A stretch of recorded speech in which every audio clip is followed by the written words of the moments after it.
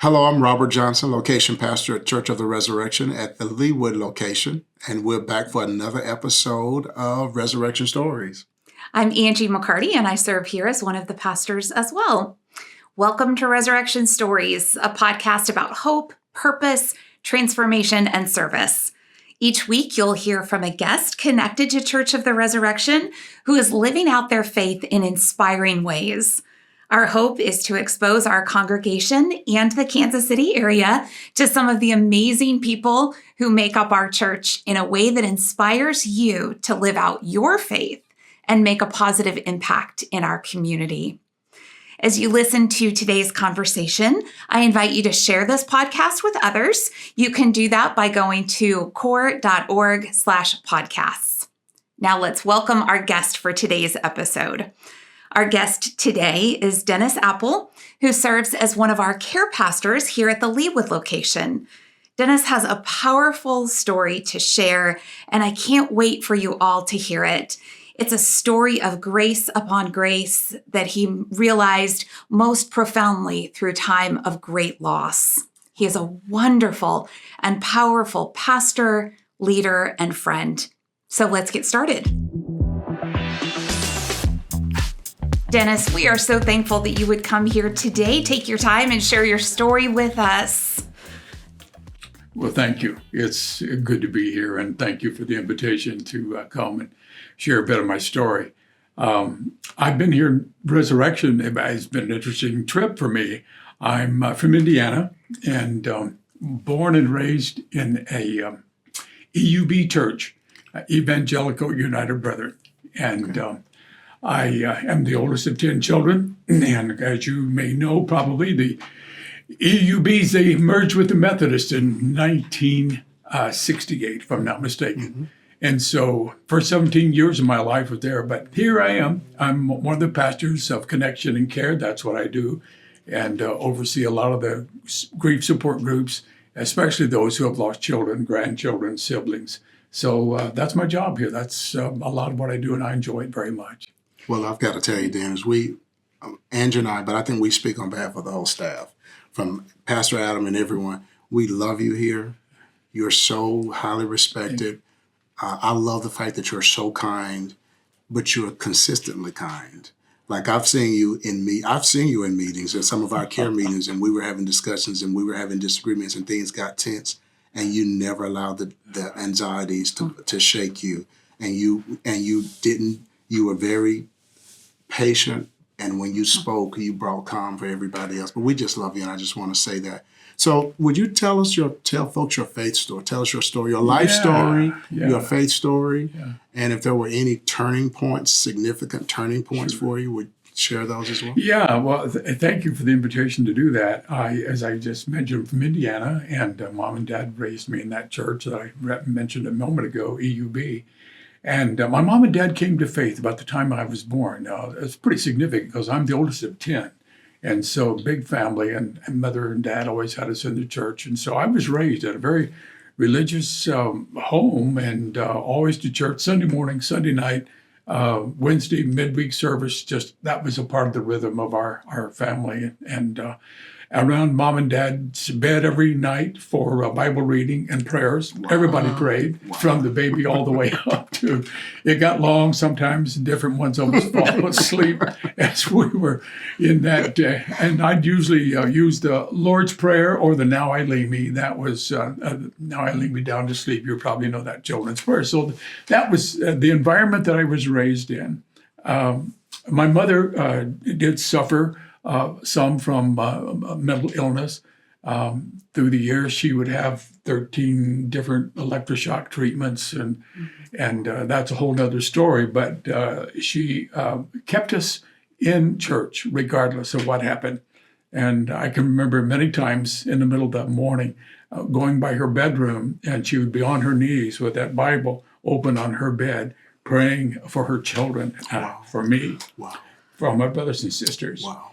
So it was January the 17th. I was raised in the church, but I really wasn't a follower of Jesus yet. I knew the songs, knew the music, knew the stories of the Bible. I'd heard all of that. But as a senior in high school, when I remember the night. It was January the 17th. Here I was, and I knew that I needed to make a choice as to which way I was going to go. And it was a turning point in my faith journey, and I decided that I was going to follow Jesus. And so by that time, we had migrated to the Nazarene church, and my mother liked that church because of the music. She liked the way the Nazarenes sang. And so all of us were involved, my brothers and sisters that were alive at that time, as we were growing up. We're in a youth choir. And so that night, January 17th, I went forward and gave my life to God. And I knew from the get-go that I would be going into the ministry. And so, kind of a funny story about me. I was kind of a jock. I played baseball and loved doing that. Wow. And so my grade point average was just at the minimum, just whatever I had to do to make the team. That was me. So here I am. You did this? Yeah, I know. And so I go to the school in Northern Illinois, where I eventually met my wife. But when I went there, I went in. Of course, it was way ahead. I was trying to get registered. So I give my high school transcript to the registrar, and he looked at that. And I'll never forget. His first name was Bill. And he looked at that, shook his head, and he said, we have never, and for emphasis, he said it twice, we have never had anybody come in here with grades like that and to graduate from this institution. And I said, oh, please give me a chance. Fortunately, he did. And my wife, we got married while we were in school. And my wife takes credit, and I think duly, rightfully so, because after we got married, my grades went up. Wow. Good for her. So yeah, on the needs list and all that. She likes to take credit for that. But anyway, that's the way it was. And so I went to school, met her. We graduated together in '66, and things were moving along really well. I went to Galesburg, Illinois, a little western Illinois town, associate, and came here to Kansas City and went to the seminary 3 years, pastored in Chicago and Indianapolis, back to close to my family. I came out here to Kansas City area in Olathe in 1982. The boys were in the second and fourth grade, and I was working for our general headquarters. I was director of single and senior adult ministries at the time, and worked there for 5 years, and then went on staff at the college church in Olathe. And it was going well until 1991, and that was a very important year for us. Our boys by that time were, teenagers, and never forget. Every year I would take a busload of people out to Colorado for a ski retreat, singles mostly, and some married people. The boys took Buellin, and the boys always look forward to it. And a couple of days before we were to leave, our older son, Denny, said, I got a sore throat. And off to the doctor. He had mono. Doctor said, you can take and go on the ski trip, but here's the medicine. And they gave an antibiotic and a pain medicine. Little did we know that he was allergic to the narcotic. It was a narcotic in the pain medicine that he was allergic to. So he went to sleep on the 5th of February, 1991, and everything was fine. He was on the couch there in the family room. And I went to wake him the next morning and discovered he had died during the night. And so my life just came apart. And I remember when I was trying to resuscitate him on the living room floor, and of course, screaming 911 and all that, and it just chaos broke loose. My brother was with us at the time. He was a certified EMT, Scott, and he was right down when he heard me scream. He came in. He said, "Examined his dentist. He's gone. He's dead." And I remember the first words out of my mouth as I was on my knees beside his body, and I said, "Oh God, this is not supposed to happen to me." Mm-hmm. And it's silly thinking, because you think, oh yeah, it happens out there. Everybody else has these kind of catastrophes, but not me. But that set me up, I guess, for some things that I went through later. I've heard of people that came really close to God after some horrible thing happened like that. But my life came apart. I hate to admit this, but it's true.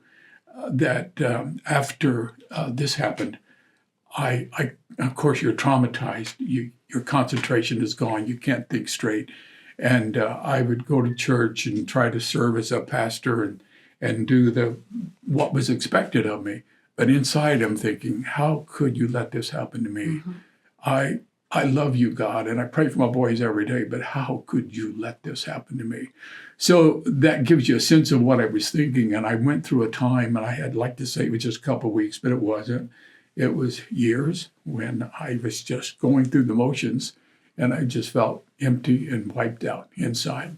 And I told some people, you might during those times, you might describe me as a closet atheist. I was so messed up, and yet I kept going, putting one foot in front of the other, because I think underneath it all, I really believe that God somehow would bring me through that. And so I kept doing what I thought was the next right thing to do. But my prayer life, reading the scriptures, it was just minimal, if anything. And I remember there were some turning points, and I remember it was Easter week, leading up to Easter, and our church was doing a big pageant Easter play, like we called the Victor, and people had grown, and there were thousands would come in for it over Palm Sunday and Easter week, and I couldn't go inside and work. The whole thing is about the death of God's Son. Well, I was just so tender I couldn't do it. And I said, I'll help manage the traffic outside. And I had some students from the nearby university. And on this particular day, there was a young student, I should say, that was helping me. But he was in the choir, and they were practicing in the sanctuary. And I needed to talk to him at a certain time, and I thought the choir would be finished. I walked in, and I was the only one. Big sanctuary would hold, 4,000 people. There I was under the balcony, and I was waiting. And I thought they were going to be finished, and the choir director said, "No, let's one more song." And so the piano hit the chord, and the pianist did, and they started out with a song that came out of Isaiah 43, "Fear not, for I am with you. Be not afraid, for you are mine." And the words, I'm not the smartest guy in the world, but I knew when God had me there to say something important to me, that he hadn't forgotten me. I'd like to think that cured it all. It didn't, but I began, like a rheostat of a light coming on gradually, I began to renew my experience with God. And so today, I'm glad to have a vibrant relationship. That's the first thing I think of when I'm up in the morning.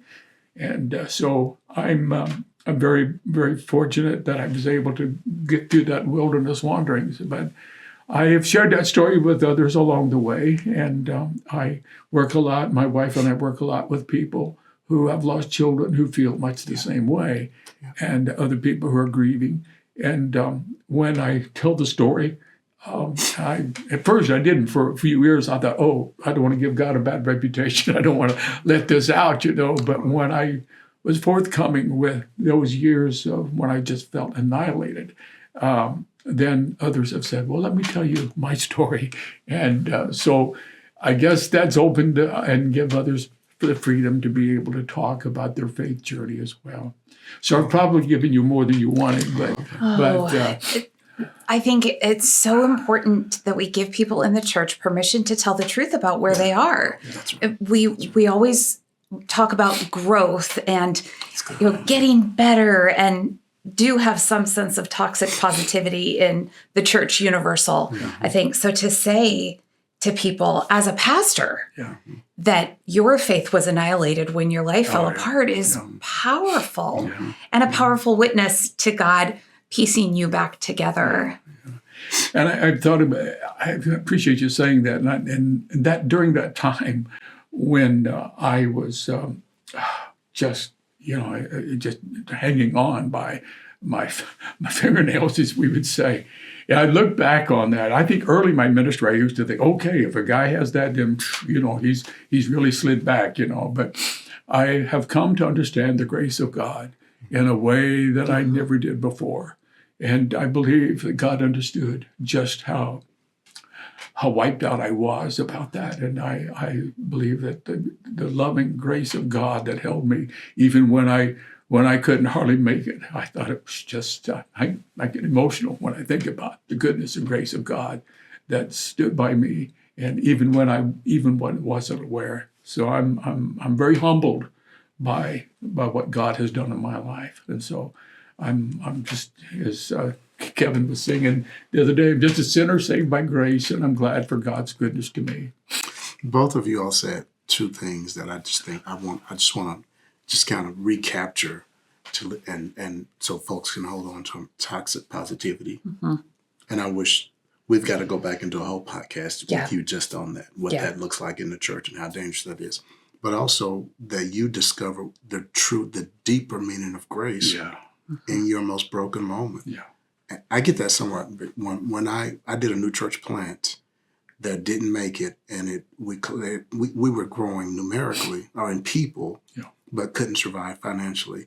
And when it closed down, I was so broken. Yeah. And I don't think I've ever felt the presence of God's grace more than in the moment when I finally said, with the DS, I agree, we've got to move on. Mm-hmm. Oh my God. Yeah. But it was in that moment that it was like, but this is God's Yeah. son, this is God's grace. Yeah. And it speaks to the verse in Romans that says God works all things for good. That's right. I really react strongly to God making things happen, like the idea that God was causal somehow in this trauma. But to see what you have been able to do, what you have allowed God to do in you through this tragedy. Can you talk a little bit about that? Well, yeah. I will just say this, that right the very morning after he died, it was February the 7th of that year, I was pacing the bedroom, and my wife is downstairs. Ladies in the church were trying to help answer the phone and do all that. And so there was a notebook, and I just scribbled a quick prayer. God, help us. I don't know if I'm going to make it through this. We've got to go to the funeral home, do all this. The next night it was there, and I did it again. And long story short, I did that almost every night for about 5 years. And I had a stack, still got them, stack of my journals, I guess you would say. That then after 5 years, I took them, set in the back closet of the guest room, and they sat there another 10 years. And all that to say is that a publisher wanted me to write and tell about the things I'd learned.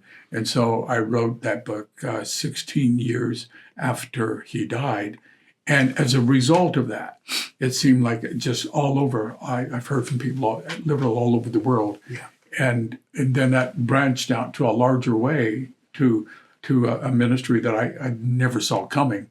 But out of the failure, the loss, the death of my wonderful son, God did bring something out of that. And so today I do presentations to people that have lost someone by death. And as I said, most certainly with people who have lost children and grandchildren and others as well.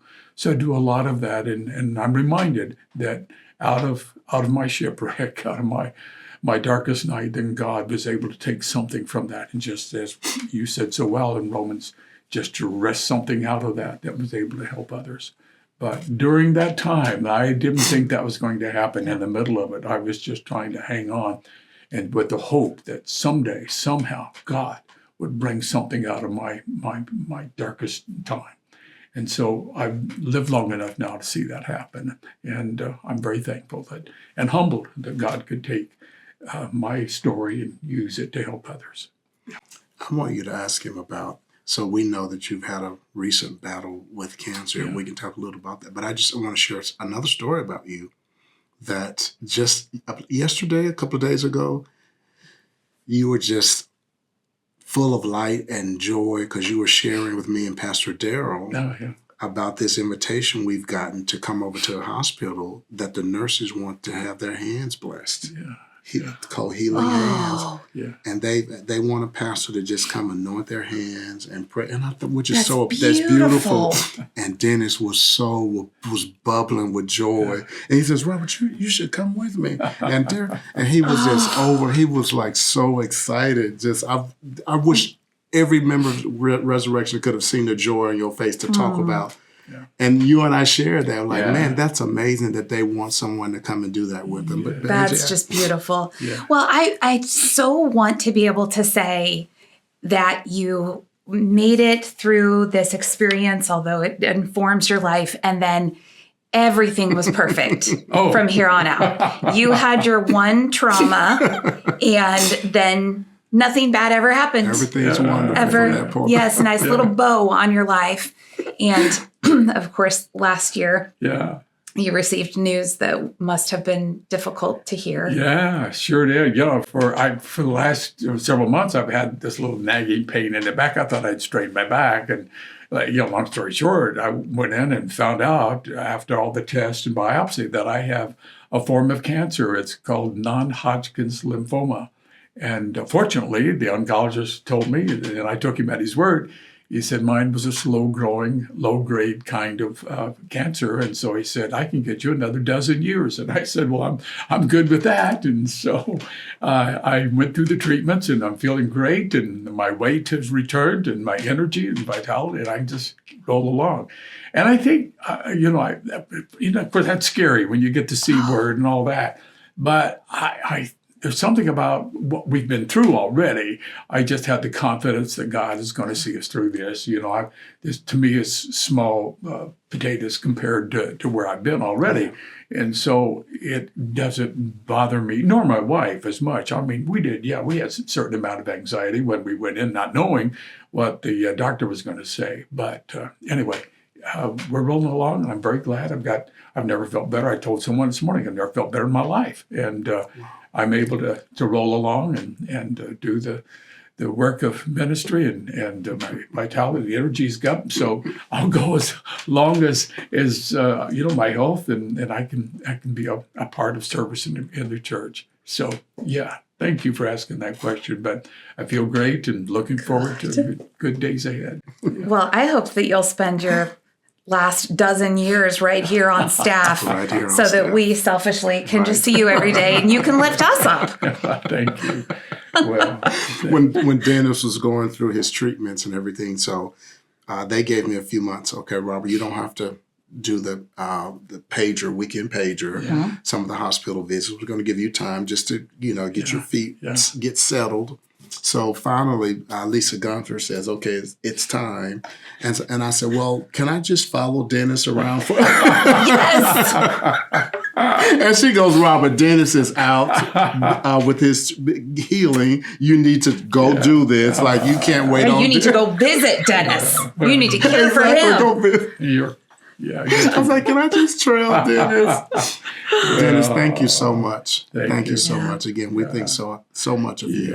And I'm so glad that my first experience on staff to sit in a worship service, the first person who got up and did something was you. And I'm so glad that was the first, you were the first person I heard, because it really set the stage for me of the quality and the kindness and the love for the congregation that's shown here. Like I saw that in you, even before I got a chance to see it in Adam. Adam was still on vacation when that happened. But we think so much of you. Well, Dennis. I appreciate that. And likewise, it's been a joy for me to be here. As I said, most of my ministry was in the Church of the Nazarene. And when I retired from there, in 2016, I knew I was going to worship here. I felt like this is where I wanted to be. So after 2 years, they asked me to help out for 3 months, in pastoral care, and that was 6 years ago almost. So we locked you in. 3 months turned to 6 years. And we should say that Wesleyanism and that Nazarenes are Wesleyan. Nazarenes and Methodists are Wesleyan. That's right. John Wesley in our history. And so we came from the same place. Yeah. I heard Adam pray one time, and he said, ex-Nazarenes make wonderful Methodists. So whatever, I'm very, very fortunate for my years that I had there. They were very kind to me, but I'm really enjoying my time here to serve at the Church of the Resurrection. And thank you for your kindness to me. It's really appreciated, and we feel very loved and supported here. Good. Thank you, Dennis. Thank you so much for being with us today to hear Dennis's story. Don't forget to share this podcast with others by going to core.org/podcasts. We hope to see you at our next episode with our next fantastic guest. You won't want to miss it.